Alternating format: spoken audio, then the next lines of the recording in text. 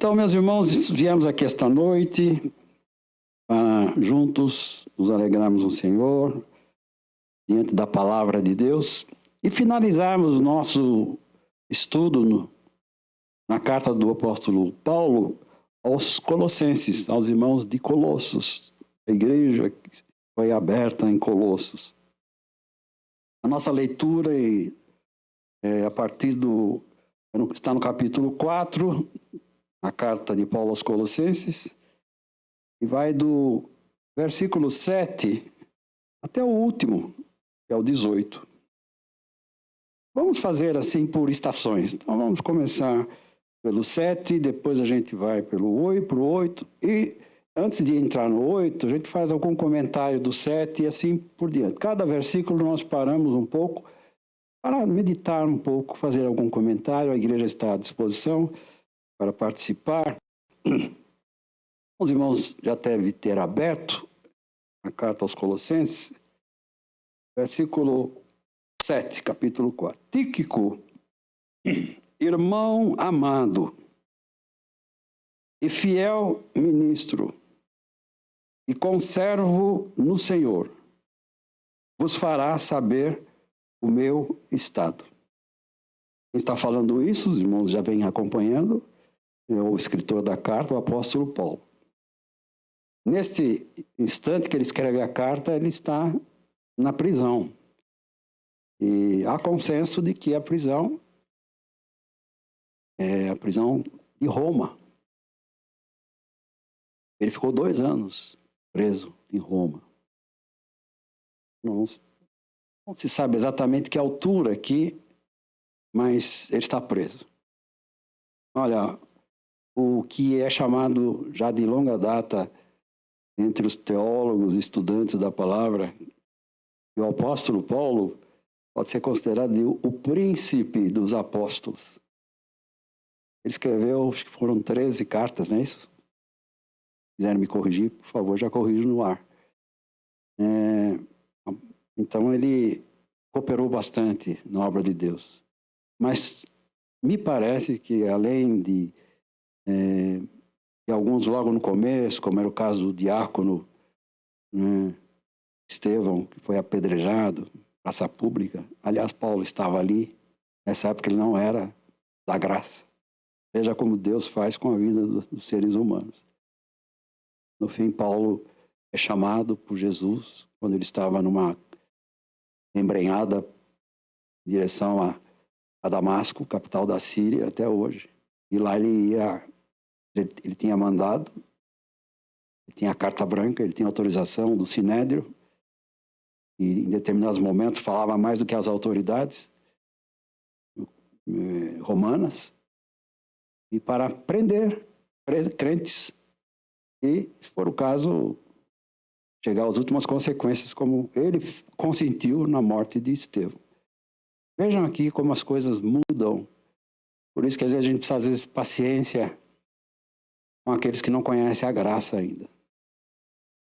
Na minha vida, nasci aqui, estou aqui já há quase 70 anos. A gente já viu bastante afronta,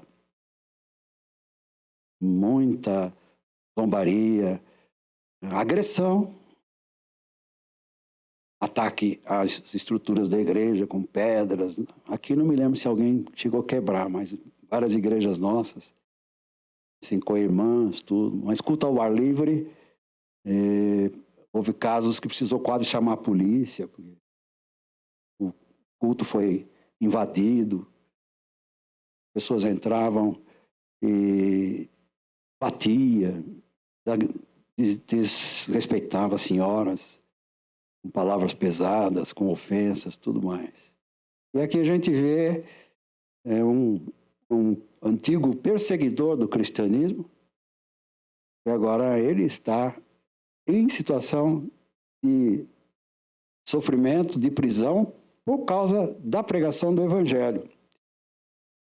E ele está falando aqui, Tíquico, irmão amado, fiel ministro e conservo no Senhor.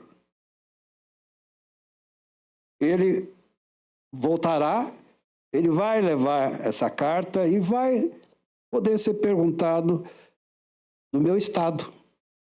Em que estou, como eu estou, como está Paulo? Que deve ser bastante conhecido aí em Colossos. Paulo deve ter passado por lá, eu não me lembro exatamente agora. Há algumas passagens paralelas que não estão em Colossenses, e talvez valha a pena só relembrar, os irmãos talvez não precisem nem abrir, mas, por exemplo, quando ele escreve aos irmãos de Éfeso, lá no capítulo 6, versículo 21, ele diz aqui: ora, para que vós também possais saber dos meus negócios, quer dizer, do que está acontecendo comigo, não negócios financeiros, mas de tudo que se passa comigo e o que eu faço. Tíquico, irmão amado e fiel ministro do Senhor, vos informará de tudo. É uma repetição desse versículo nessa carta aos Efésios. E ainda no versículo 22 ele fala: o qual vos enviei para o mesmo fim, para que saibais do nosso estado e ele console os vossos corações. Então Paulo está aqui em diferentes ocasiões falando de um companheiro que sabia o que estava acontecendo. Nem sempre a gente sabe o que está acontecendo com um parente nosso, um familiar nosso. Sem falar com os irmãos que a gente nem sabe onde eles estão, mas que pertencem à graça no Brasil, nessa extensão territorial imensa e nesse planeta todo. Mas às vezes dentro de casa tem algumas dificuldades e que só a pessoa que está passando que está sabendo. Às vezes o esposo não sabe, a esposa não sabe, o filho não sabe, a mãe, o pai não sabe o que está acontecendo com o filho. Agora aqui Paulo, de um modo geral, está dando uma certa prestação, ou está prestando contas da sua caminhada como obreiro de Deus, também pedindo ajuda. Sem dúvida que a ajuda aqui, a primeira delas é oração. Então, quem é Tíquico? Ele fala que é um irmão querido, um irmão chegado, né? A gente percebe, e talvez a gente também tenha uma atitude de aproximação um pouco maior com alguém do que com o outro, mesmo na igreja. Às vezes mesmo em casa, na família, quando são vários filhos, às vezes um é mais próximo do pai ou da mãe e outro é um pouco mais chegado no irmão mais velho, ou vice-versa, o mais velho gosta do mais novo. Mas ele fala aqui que é um amado. Deve ter alguma motivação para Paulo dizer isso. Isso não quer dizer que ele não amasse a todos. Talvez aqui como o mais confidente, o mais chegado, o que mais sabe das minhas coisas, que está mais próximo de mim. Então é isso, irmãos. Às vezes a gente serve numa mesma congregação, uma igreja dessa aqui, 300, 400 irmãos, aos domingos, por aí, mas a gente não sabe de todas as coisas que estão acontecendo. A gente sabe mais de alguns do que de outros. De qualquer maneira, Tíquico, ele está dizendo que ele é amado, que ele também é um ministro fiel. É possível que haja ministro infiel? Essa é uma pergunta, talvez não precisa ser respondida agora. Ao longo do estudo, talvez a gente responda. E se tem coisa que, entre outras, que machucam o teu coração, o meu, a minha alma, a tua, é a infidelidade.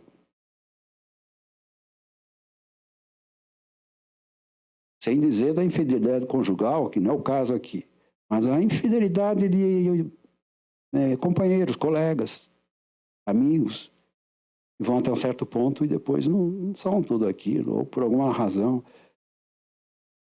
Isso acontece no ministério cristão. Esse irmão Tíquico aqui, ele era fiel, um fiel conservo. É importante notar aqui, eu quero também destacar nessa fala, que eu usei referências, eu não falo de mim. A primeira grande fundamental referência é a palavra. Se não fosse a palavra, nós não estaríamos aqui. A palavra de Deus é o fundamento da informação, é a base, ela é eterna. Ela tem coisas que precisam ser consultadas com quem já estudou mais, já falou mais com alguém, pesquisou. Eu tenho a Bíblia de Estudo Pentecostal, que ajuda muito. E também fui ao nosso irmão Champlin. Ele é um irmão muito dedicado, não sei se está vivo nesse momento, uma falha minha, mas esse homem é um escritor, um comentarista, um comentador, um analista de textos teológicos, e ele busca em várias fontes, tanto que ele tem uma enciclopédia, Novo Testamento interpretado, e são, se não me falha a memória, acho que 6 ou 7 volumes. Além de ele tem mais 4 volumes, se não me falha a memória também, de o Antigo Testamento interpretado, versículo a versículo. Só isso. Imagina que esse homem, quantos anos, décadas deve ter passado. Então vale a pena. E ele, o que é importante é que ele não dá uma palavra dele só. Ele pega várias vertentes e depois põe a sua conclusão, a sua sugestão. E assim mesmo, você escolhe onde há consenso, tudo bem, mas onde não há consenso, que são coisas que não estão escritas, ou se estão escritas não estão bem claras, não era o propósito, para o contexto da época se entendia, mas passados 2000 anos, nós estamos muito longe. Né? E já é um milagre a Bíblia estar viva até hoje, porque é a palavra de Deus, não modificada, embora tenha uma ou outra versão que mexe aqui, mexe um pouco lá, tem umas que até não são recomendadas, com algumas tendências de seitas, mas as tradicionais estão aí e não foram modificadas, estão o mais fiel possível aos manuscritos. Então, Tíquico tinha essas qualidades. E ele, o importante também é que o irmão vai na raiz, palavra irmão amado e fiel ministro, lá em alguns manuscritos, a palavra, e nesse aqui também está, de conservo no Senhor. O que é um conservo? Então a anotação é importante aqui, a gente entender que o conservo, na realidade, é um termo, quando pego do original, ele diz colega escravo. Quer dizer, é um colega, está na mesma função, está trabalhando para o mesmo motivo, um colega de trabalho, colega de escola. Né? Geralmente aí a gente tem os colegas. Em termos de trabalho no Evangelho, ele chama ele de colega, mas acrescenta o manuscrito, escravo. É fácil talvez ser colega, principalmente por interesse. Principalmente quando a gente vai fazer prova, o que aparece de coleguinha, querendo sentar perto da gente, né? Eles descobrem quem é que tira a nota mais alta na escola, tudo.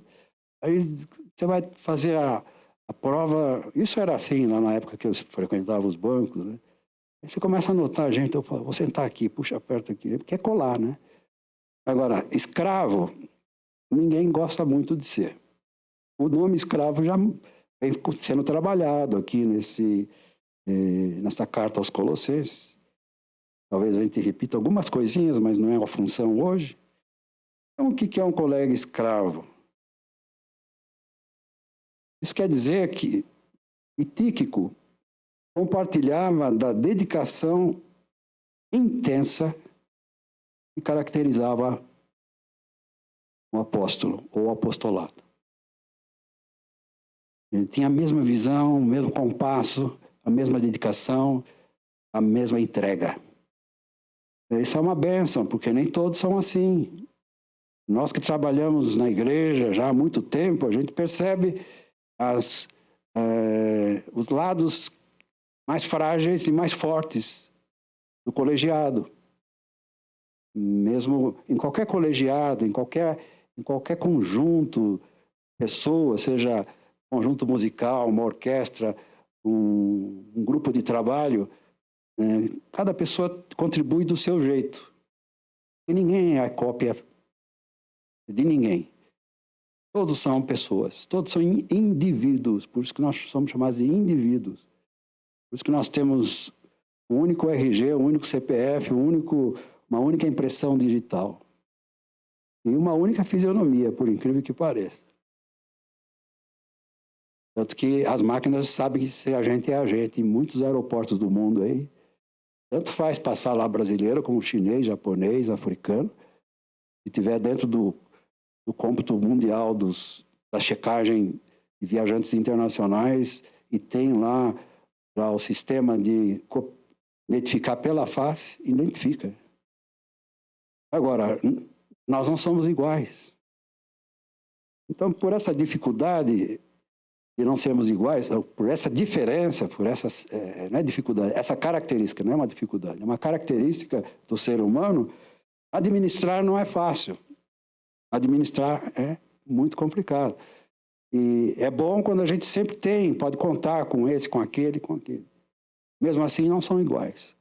Mas aqui ele está dizendo que, nesse aspecto, o Tíquico é um colega escravo. Então, ele compartilha da mesma ótica, com a mesma intensidade, dedicação e características que agradavam o apóstolo Paulo.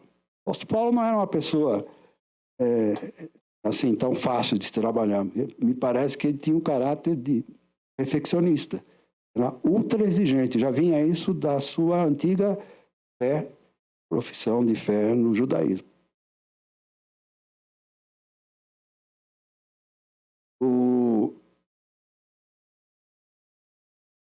Agora, uma coisa importante que o nosso irmão Champlin fala. Para identificar, então, colega escravo, para a gente entender a profundidade desta palavra, ele vai lá em Apocalipse, vamos abrir também, lá no capítulo 6, 11 e tal, e também Apocalipse 19, 20, 22, 9. Lembra, os irmãos, quando João, depois de ter toda aquela visão do Apocalipse, ele está tão deslumbrado com tudo, e o anjo dedicado ou apontado por Deus está acompanhando ele em toda aquela demonstração. Chega uma hora que ele fica tão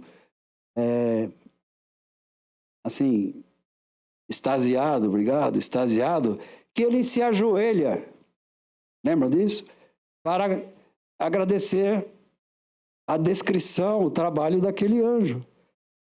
E os irmãos lembram, e depois pode perceber, eu vou repetir, Apocalipse 6, 11, 19, 20 e 22, 9. O anjo, o que o anjo fala para o João? Levanta. Eu sou. Aí ele usa essa mesma palavra no original. Eu sou colega escravo teu. Ou seja, eu sou como um dos irmãos em Cristo, seja aqui no céu, seja na terra. Eu sou da mesma categoria que você. Olha que informação importante, mas isso deve te alegrar. A gente saber disso nos alegra. Por isso que nós não adoramos anjos. Os anjos são designados por Deus e nós não ordenamos anjos, não pedimos que anjos, nós pedimos, Senhor, acampe os seus anjos ao nosso redor. É assim que diz a palavra. Quem dá a ordem ao anjo é Deus. Você começa o Apocalipse, lê lá no comecinho, por que o anjo está mostrando isso? Vê de quem vem a ordem para ele acompanhar João em toda a jornada do Apocalipse. Não vou repetir aqui, porque já são 15 minutos passados. Então veja que interessante pertencer ao reino de Deus, ao ponto de nós estarmos dentro desse contexto aqui, João estava na categoria do mesmo anjo, designado por Deus, mesmo nível de respeito, de respeitabilidade, de importância diante de Deus, não diante dos homens, irmãos. Diante dos homens nós temos que respeitá-los, uns aos outros, especialmente na igreja e no ministério. Então, adoração só a Deus Pai, Deus Filho, Deus Espírito Santo, Deus Triuno. Então você está fazendo a obra de Deus, você é um colega escravo dos demais. Você acha que está fazendo pouco? Amém. Ore e faça mais. Dedique-se mais. Faça um esforço a mais. O Tíquico e também o Onésimo, já foi falado aqui, o pastor ele tratou sobre Onésimo, lá aquele escravo. Então, Tíquico, tanto quanto Onésimo, e também outras pessoas mencionadas no texto, e outras cartas, inclusive, essa aqui, a de Filemão, não recebeu uma grande missão apostólica. O Tíquico recebeu aqui a missão de dar notícias sobre Paulo. Mas estava lá com ele. Não fala, não dá mais detalhes. Diz que ele é um ministro, ele é fiel. Então, irmão e irmã, quando a gente recebe alguma coisa de Deus, se você tem convicção que é de Deus, eu tenho convicção, tenha isso como uma missão de Deus, uma missão apostólica, um enviado. Ele apenas foi designado como portador de notícias sobre a situação de Paulo. O que a gente vê aqui, então? Vê-se que cada indivíduo, até mesmo aqueles dotados de missões secundárias, aparentemente sem muita importância, talvez na minha avaliação, fiquemos nós sabendo que tem um elevado privilégio e grande oportunidade de servir na obra de Deus. E aqui o irmão, ele também cita outros autores. Eu não coloquei aqui autor por autor, por isso que eu coloquei ele na obra maior, que é o Novo Testamento interpretado. Cada crente é ímpar, é único, agora e por toda a eternidade. É muito profundo isso aqui. Me alegrei muito quando eu estava lendo isso aqui. Talvez não dê para a gente aqui discutir isso aqui. Porque a gente pensa muito no aqui e agora. Pensa lá na frente, pensa na eternidade. Sou desprezado um tanto aqui, mas sei que... Como é que é? Mas eu espero gozar. É um hino que eu não sei o número agora, talvez a Isabel saiba. Sou desprezado um tanto aqui, ou um pouco aqui, mas eu espero gozar ali. E assim repete. Isso serve de alento para nós, irmãos, e tira um pouco da nossa angústia, às vezes vaidade, às vezes a gente compara. Eu achei importante, por isso que eu anotei. Não anotei tudo, se fosse anotar tudo aqui, tem que estudar até o final do ano que vem. O que mais? Aqui... Vamos passar para o versículo 4. Acho que isso aqui já serviu. Aliás, o versículo 10, desculpa. Ele fala também de Onésimo, e dá testemunho de Onésimo, mas já foi dito aqui nas lições passadas, que era um prisioneiro.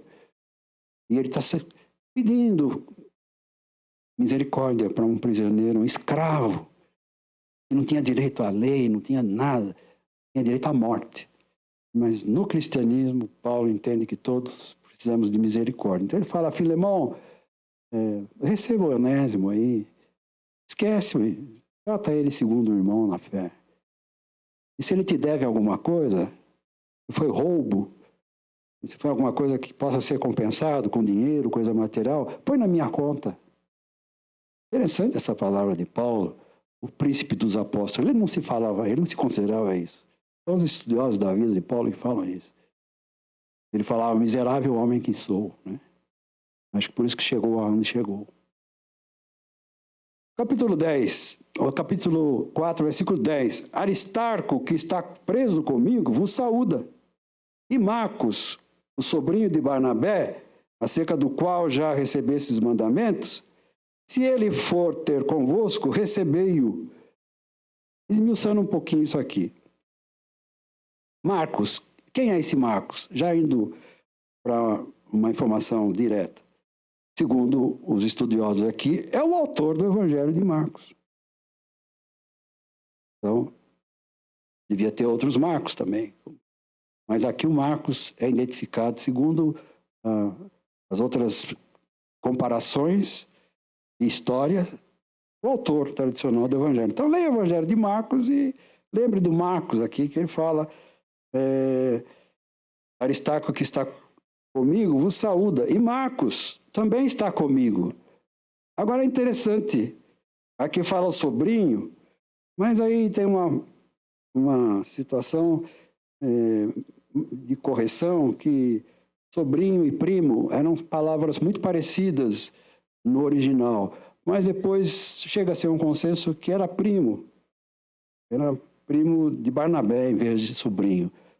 Bom, até aí também são só detalhezinhos que não vêm ao caso. O Aristarco, ele diz aqui que lá em Atos dos Apóstolos 19 e 20, encheu-se de confusão toda a cidade e unânimes correram ao teatro, arrebatando a Gaio e Aristarco, macedônios, companheiros de Paulo na viagem. Então, depois, já é citado aqui em Atos as perseguições. Aristarco é citado. Macedônia era Tessalônica. Então, isso é uma informação assim, em detalhes ela é importante, mas o que mais a gente pode ver aqui é que na segunda carta de Paulo a Timóteo, capítulo 4, versículo 11, ele está passando por uma dificuldade também, uma outra prisão, possivelmente em Éfeso, e aquele diz, só Lucas está comigo, olha, estou sozinho, todo mundo me abandonou. Toma Marcos e traze-o comigo, porque me é muito útil para o ministério. O importante aqui no nome, nesse rapaz, nesse senhor, nesse evangelista, é lembrar que Paulo e Marcos se desentenderam. Lá em Atos 13, houve um desentendimento, porque Paulo não era a favor de que Marcos viajassem junto, por alguma razão. E Barnabé, que era o companheiro de viagem de Paulo, falou, não, eu sou favorável que ele vá. Então eram duas opiniões, Paulo e Barnabé se debatendo a respeito de uma pessoa. Houve lá um desentendimento meio rude e Barnabé se separou de Paulo. E Marcos acabou ficando para trás. Então aqui é o seguinte, com relação a esse episódio, não se sabe dizer quando foi a reconciliação entre ambos. Nesta altura, a questão da separação entre Paulo e Marcos e Barnabé já tinha sido resolvida. Esse é o ponto importante. Tem alguma pendência? Está atrapalhando? Não está bem assim? Saiba conversar para se reconciliar, porque para se distanciar é rápido. Para a gente pegar um pouco de antipatia de alguém, de um familiar. Família geralmente briga e acerta.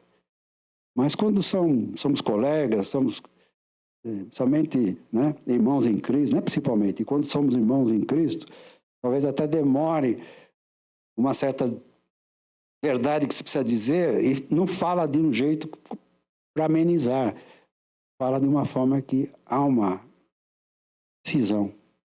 Aqui foi uma contenda que houve uma separação. A gente percebe que isso não deve ter feito bem nem para Paulo nem para Barnabé, mas houve uma reconciliação. Ele está dizendo, Aristarco que está preso comigo vos saúda, e Marcos também está saudando, estava ali. Estava na prisão ali, ou visitando, ou preso, né? Não sei, se alguém sabe disso, por favor, me ajude.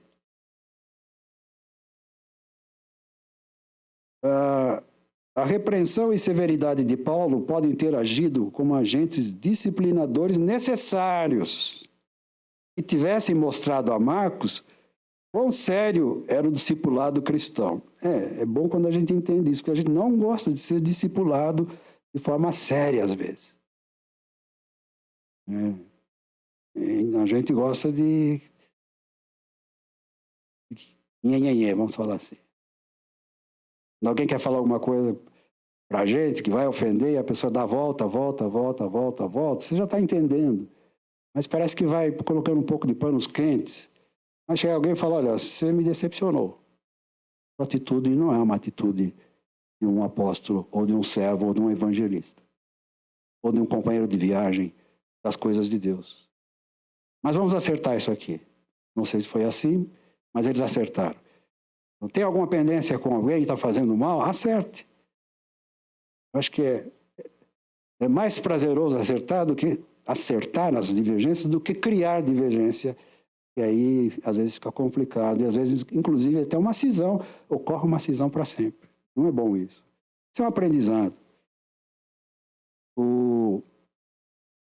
Vamos pular para o versículo 11. Para a continuação. Então, o 10 está dizendo que Aristarco, que está preso comigo, vos saúde, Marcos, o sobrinho de Barnabé, acerca do qual já recebi esses mandamentos. Se ele for aí, na igreja de Colossos, recebei-o. E no versículo 11 fala, e Jesus? Mas que Jesus é esse? Que Jesus, o Cristo, está com o Paulo na prisão, é sabido, mas aqui precisa ler, dizer, Jesus chamado justo. O que tem ou sobrenome de justo, ou o nome dele é justo e o sobrenome dele é Jesus. Uma coisa ou outra. A verdade é que ele fala aqui, os quais, tanto o Marcos, etc., aqui o Jesus, são da circuncisão, que são judeus. Resumindo, é isso. E os costumes da circuncisão ainda, que às vezes era até um pouco discutido entre os apóstolos, ali houve algumas dificuldades no começo sobre essa cirurgia. Então ele diz aqui, são estes unicamente os meus cooperadores no reino de Deus, e para mim tem sido consolação. Então veja, eram poucos, inclusive um ex-amigo, mas que reconciliou, e são úteis, porque são meus cooperadores, e são consolação. Trabalhar sozinho não é bom, viu, irmão? Em nenhum lugar. Muito menos no Evangelho. A gente precisa ter amigos, precisa ter companheiros que são consoladores. Achar que faz tudo sozinho? Não faz, não. Não faz. A gente podia dar exemplos aqui, mas não é o caso. Então, a gente vê um bom exemplo aqui. Eu tenho pessoas que estão do meu lado. São os únicos, mas são bons. Me consolam, me confortam, me assistem. Versículo 13. Eu pulei. O 12. Também ele envia saudações nessa carta da parte de Epáfras. Ele fala aqui, saúda-vos, Epáfras, que é dos vossos. Ele é servo de Cristo, combatendo sempre por vós em orações, para que vos conserveis firmes, perfeitos e consumados em toda a vontade de Deus. É bom ter um Epáfras dando cobertura para a gente, viu, irmão? Orações. E ele fala aqui, olha,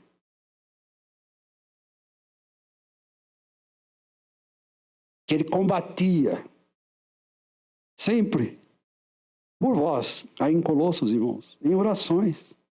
Eu sou testemunha disso, Paulo está dizendo. Ele ora, eu ouço ele orar, eu sei que ele combate, ele não só ora rapidinho, ele entra em combate. E essa palavra aqui, segundo o autor aqui consultado, vem do grego agonizidomai. Olha o agonize, de agonizar. Você já se agonizou em oração por outros?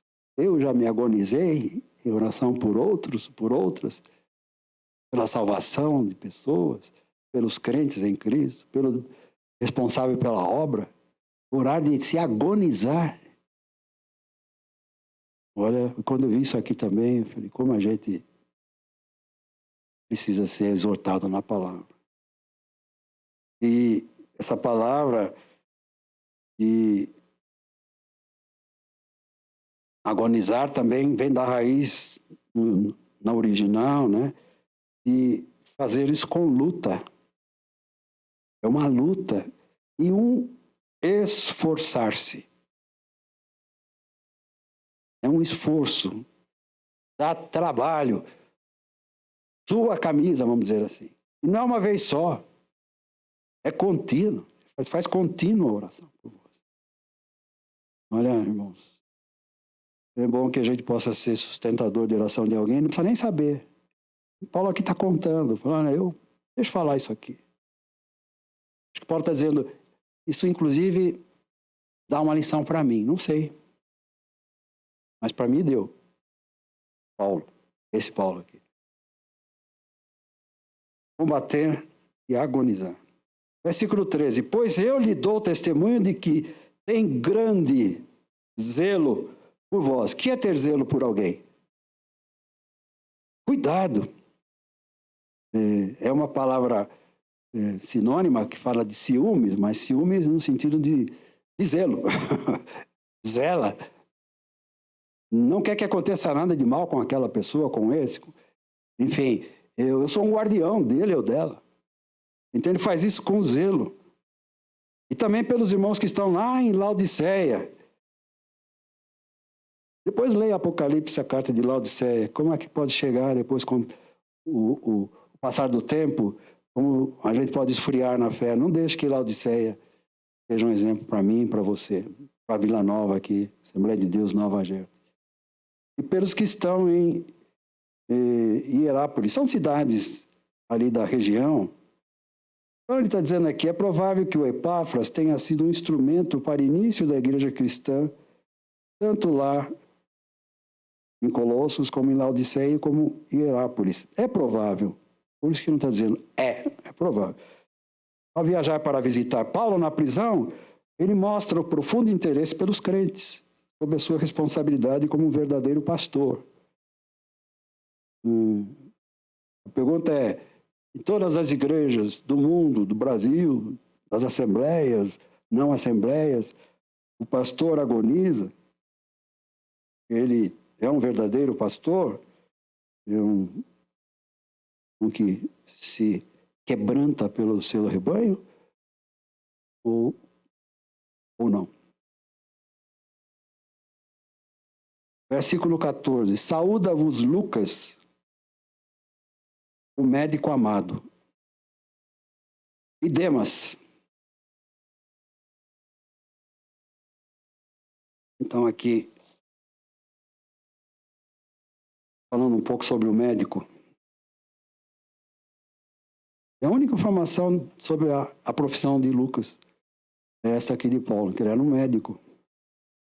Então aqui o autor diz, provavelmente, o autor do comentário, provavelmente, não é afirmadamente, Lucas, médico, deve ter cooperado para amenizar a saúde fragilizada de Paulo, além de ser um precioso cooperador de Paulo no Evangelho. E sendo assim, Lucas foi um missionário médico.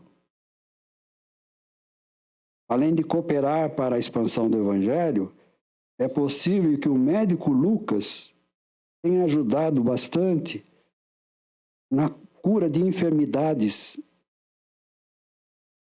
em geral, por meios naturais, por meio da medicina, dos remédios da época. E sendo assim, além de dons de curar, Deus pode usar a medicina para ministrar cura aos doentes. Algum tempo atrás, ou bastante tempo atrás, havia uma certa resistência de usar os médicos. Na minha infância, tudo, né? Aliás, nem tinha muito. Então, a primeira coisa quando alguém estava doente, e talvez, às vezes, muitas vezes, a primeira e a única era a oração. E como o Senhor respondia? Como nós tínhamos muitos testemunhos de cura. Com o passar do tempo e do aumento da ciência, dos estudos, tal, internacionalmente, os médicos têm feito bastante trabalhos bons, não tem? Médicos mesmo. Acho que todos nós aqui já passamos por um. Não é proibido passar por médicos. Mas cabe aqui que antes da gente ir ao médico, a gente ore. Ore antes.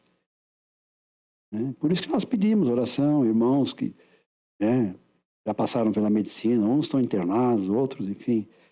Mas o importante aqui é que, neste aspecto, a precariedade da medicina, do cuidado médico, talvez, fosse muito grande. E é possível que Deus tenha preparado um consolador aqui, um ajudante. Interessante que Paulo era um homem de enfermidades. Ele fala de uma, né? Ele tinha orado 3 vezes, não sabe o que era, mas era um incômodo terrível, possivelmente, porque ele chama de espinho na carne. Não dá detalhes, alguém pode especular, mas não vai chegar. Mas ele tinha fragilidades. E como eu tenho, como você tem, como nós temos por sermos homens e mulheres, somos humanos. E podemos aqui agradecer a Deus quando Deus coloca pessoas na nossa vida para nos ajudar. E seja qual área for. Aqui no caso é Paulo que está. Então,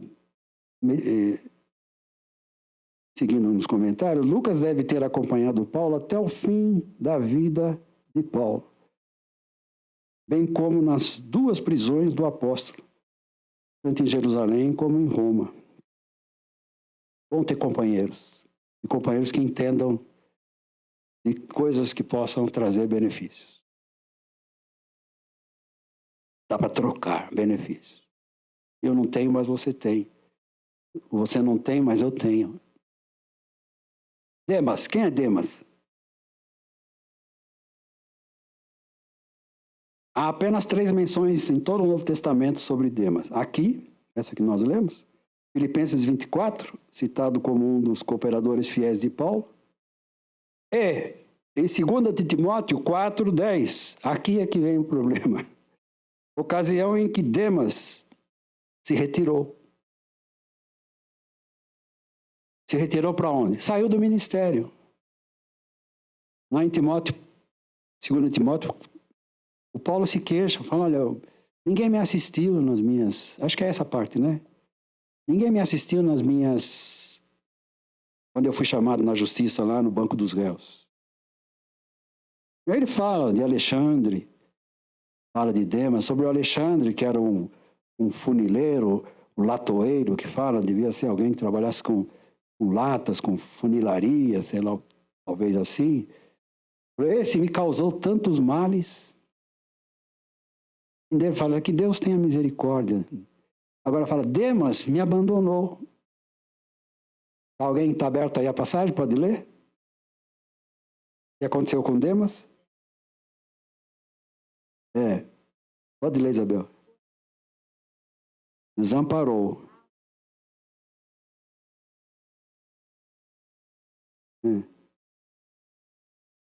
Isso. Me abandonou. Aqui ele não tinha abandonado. Aliás, aqui havia teria havido melhor dizendo, aqui é antes desse episódio. Quando alguém volta atrás, que é seu amigo, companheiro, um divórcio. O teu chefe que te mandou embora, que era teu amigo, comia feijoada com você.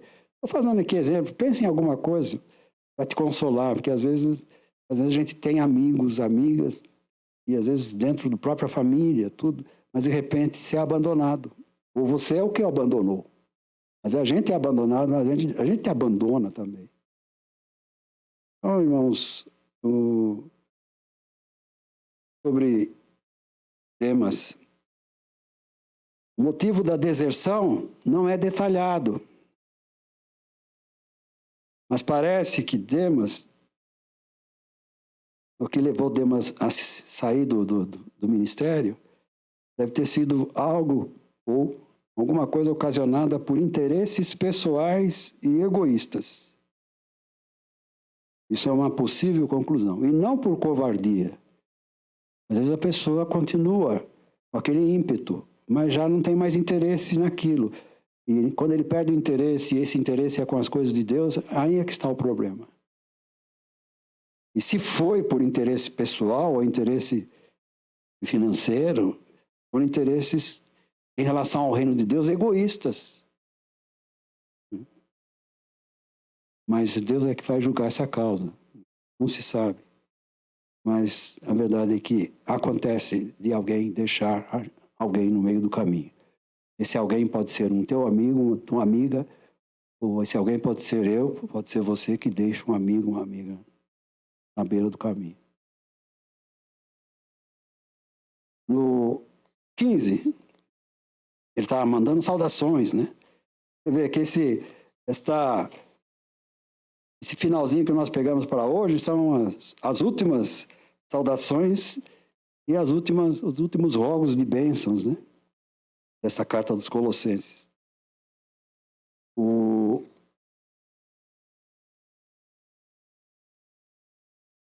Eu estou no versículo 15. Saudai aos irmãos que estão em Laodiceia, e a Ninfa, e a igreja que está em sua casa.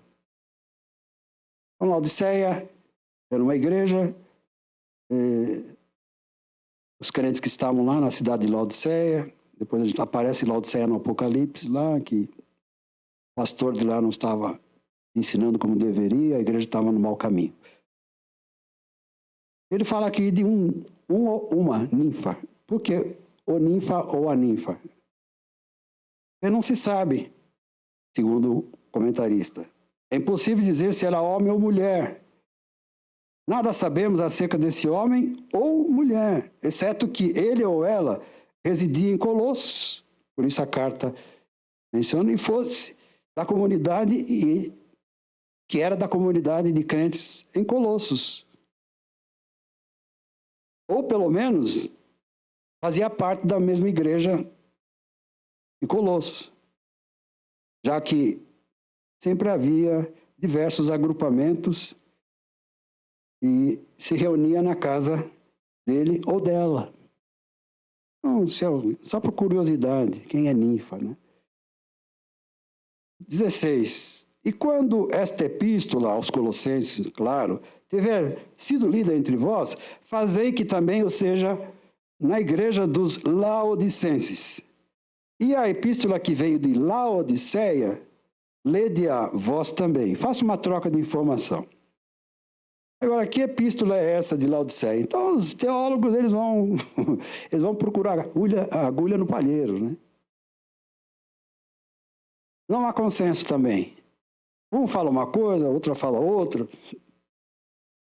Já que não há consenso, eu prefiro nem levar as outras ideias. Eu peguei uma das ideias que aqui é mais provável. O mais provável é que a epístola que veio de Laodiceia é apenas uma epístola ou uma carta dentre muitas que Paulo escreveu, mas que não foram preservadas para nós. Portanto, não aparece aqui na Bíblia. Então, há um consenso que Paulo escreveu várias outras cartas. Talvez tenha até pedaços delas, mas, enfim, isso é eu que estou falando, talvez. Mas então, não precisa discutir isso aqui. Eu acho que não precisa, porque se não há consenso, mas o mais provável é que seja uma carta, entre outras tantas que Paulo escreveu, que não estão na palavra de Deus, que não estão aqui na Bíblia. No 17, já estamos indo para o final. Dizei a Arquipo, algumas não têm acento, tá? Arquipo. 2 pontos. Atenta para o ministério que recebeste no Senhor, para que o cumpras. Aqui também o comentário é que, com relação a Arquipo ou Arquipo, as únicas referências a esse personagem no Novo Testamento são em Filemão, versículo 2, e esta aqui. Lá em Filemão 2 ele é chamado de companheiro de lutas. Isso dá a entender que o Arquipo ou Arquipo tiveram alguma associação anterior com Paulo e que trabalharam ao seu lado. Sua associação íntima com Filemão e Áfia, provavelmente a esposa de Filemão, tem sugerido, na opinião de alguns eruditos, que ele era filho do casal. Ou seja, E ele era talvez filho de Áfia com Filemão. Talvez. Então também quando diz isso é porque não há provas escritas para se fechar a questão. Mas tem também aqui o companheiro de lutas, né? Que ele fique atento ao ministério que recebeu no Senhor, para que cumpras. Se alguém tem alguma outra tradução aí, leia para mim sobre ficar atento para que cumpras. Tem aí, por favor?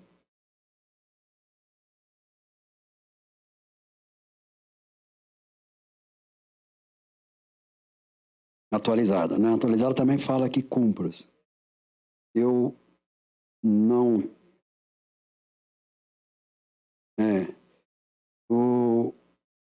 Aqui dá, assim, dá uma impressão, aqui é meu comentário, e havia coisa por fazer ainda, por ser feita, para esse irmão aqui. E um ministério que recebeu do Senhor. É importante que o ministério que cada um recebeu, lembra que nós falamos agora há pouco, aqui atrás, que nada que Deus dá é desprezível, você não pode comparar com outro, falar, olha, aquele, aquela, por que só ele, por que só ela, por que eu não? Esse tipo de queixa é melhor aprender nas Escrituras, que irmãos aqui que são lembrados na Bíblia foram apenas correio, pelo menos no que está escrito aqui. Foram apenas o levador da informação. Mas estava lá com Paulo, talvez tenha ido lá fazer alguma compra em Roma, sei lá, e foi lá visitar o irmão, passou dias com ele. Mas recebeu o galardão, irmãos. Pois não, irmão Beto?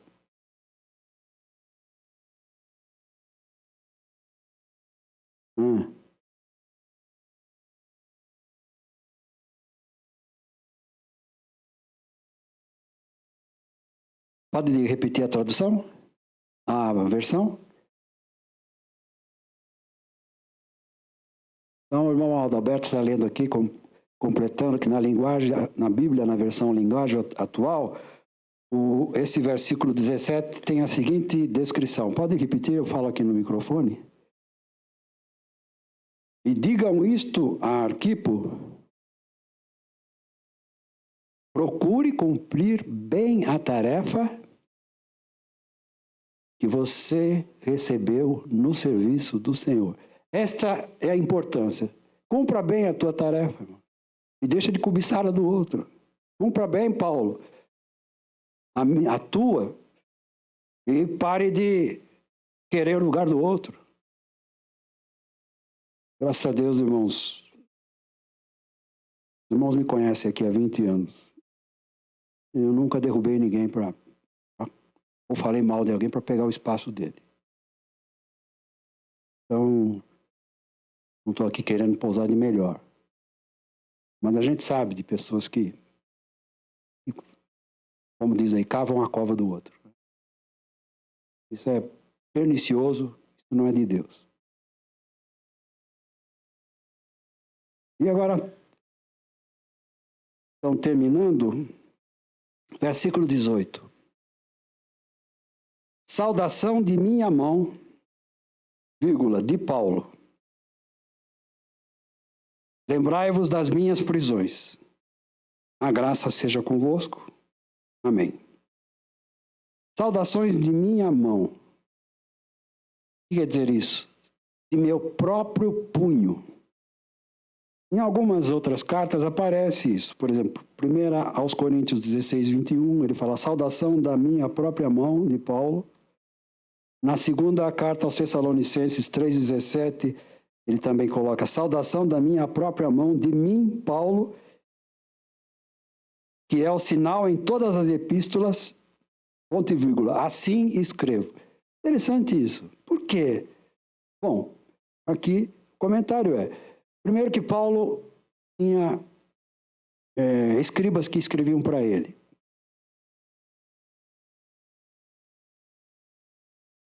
Segundo que deixar que alguém escreva para você com a caligrafia dele e parar por aí, parece que pode ter uma conotação de que foi falsificado. Então, ele, no final da linha, ali, sem deixar espaço, digamos assim, ele punha: eu, Paulo, vos escrevi e assino de próprio punho que essa carta, em outras palavras, é verdadeira, é minha, e ponto final. É uma confirmação de autenticidade. Reconhecimento de firma. Você vai reconhecer firma no cartório até hoje.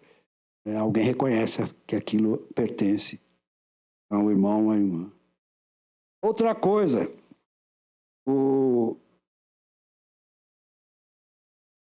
aqui, lembrai-vos das minhas prisões, no versículo 18, há uma conotação de lembre-se das minhas algemas. Lembre-se que estou em cadeias. Estou preso e também estou ali debaixo de guarda e preso com correntes. Era comum, ou assim faziam nas prisões ali, pelo menos aqui nesse caso, que o preso não só estivesse preso num lugar lá, ainda que estivesse numa casa, mas tinha sempre um soldado tomando conta dele que revezava. E para evitar fuga ou rapto, talvez, havia uma pulseira, uma cadeia, uma corrente, que estava amarrando a mão do prisioneiro ao corpo do sentinela, do guarda. Então, o irmão aqui falou, pensa um pouco nisso. Como é que você pode escrever com corrente nos braços? Do jeito que era difícil escrever naquela época. Não tinha caneta, não tinha máquina, não tinha nada. A caneta que nós temos hoje, era tudo na base, talvez, da pena ali, com tinta preparada, não sei. A dificuldade dele, Paulo escrevia bastante, talvez. Então pense um pouco no teu irmão.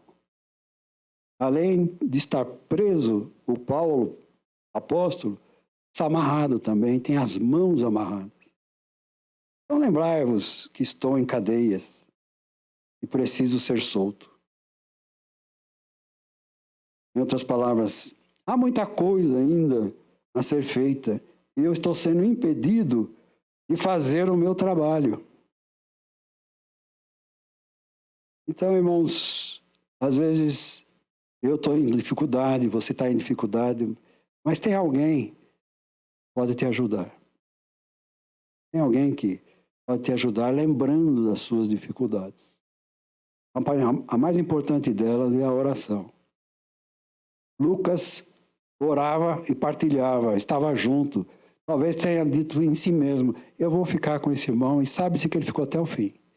Eu vou ficar com esse servo de Deus até o final. E olha, Lucas escreveu, além do Evangelho, o Atos dos Apóstolos. E dos companheiros, dos nomes citados na palavra, da Bíblia, se eu não estou enganado, Lucas foi o segundo maior escritor do Novo Testamento, em quantidade de letras, em quantidade de páginas. Depois de Paulo, evidentemente. Depois de Paulo. Veja que um homem que se põe à disposição com amor, renunciou uma boa parte de seu ministério para ser médico assistente, vamos dizer assim, companheiro de prisão de Paulo. Quem diga que ele deve ter ficado mais de 2 anos com Paulo. Então, os 3 hinos que nós cantamos aí, se você ainda tem na memória, que foi o 188, 193, 194, né? Tem bastante a ver com isso aqui. E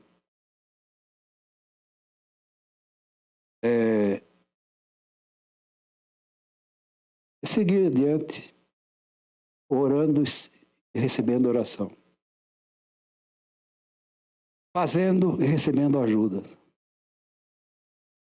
Porque o que você fez, o que eu fiz, o que vou fazer ainda, o que você poderá fazer, nós poderemos fazer, aqueles que já morreram fizeram, não será esquecido. Esse autor mesmo diz que, ainda numa passagem que eu li aqui em outras, que nós não temos ideia da eternidade com relação às obras daqui. Em relação a galardões, a benefícios que a gente não sabe direito o que é. Mas pense, Deus não é injusto. Deus não comete injustiça. Todos os que aceitaram Jesus pela misericórdia de Cristo, pela graça, sois salvos mediante a fé, e isso não vem de vós, isso é dom de Deus. Não vem de obras para que ninguém fique contando vantagem, em outras palavras, se glorie. E o ser humano gosta de contar vantagens, gosta de bater no peito, gosta de se aparecer, gosta de pôr meu nome aí. E antes de qualquer uma dessas coisas, a gente que pôr o rosto na terra fala, graças a Deus porque meu nome está lá, escrito pela bondade e o sangue de Cristo, não por mim. Mas não esqueçamos que o teu trabalho, diz, o meu trabalho, o trabalho que se faz na obra de Deus não é inútil. É o coração, é a intenção que manda. Foi com uma intenção legítima, pode ser levar uma carta para o outro. Pode ser fazer uma visita inesperada no hospital para alguém. Qualquer coisa. Pode ser parte da tua fortuna, que não é tua. Tudo vem de Deus, Ele é o dono do ouro, da prata, de tudo, da terra, do mundo, do universo. Então, a nossa pequenez nos torna mesquinhos. Estou incluído nisso. Pensemos na glória que há de ser revelada. E sejamos úteis uns para os outros. Deus abençoe os irmãos. Estamos encerrando. Há alguma consideração que algum irmão queira fazer, falar? Algum comentário? Se não há, Deus abençoe a todos, em nome de Jesus.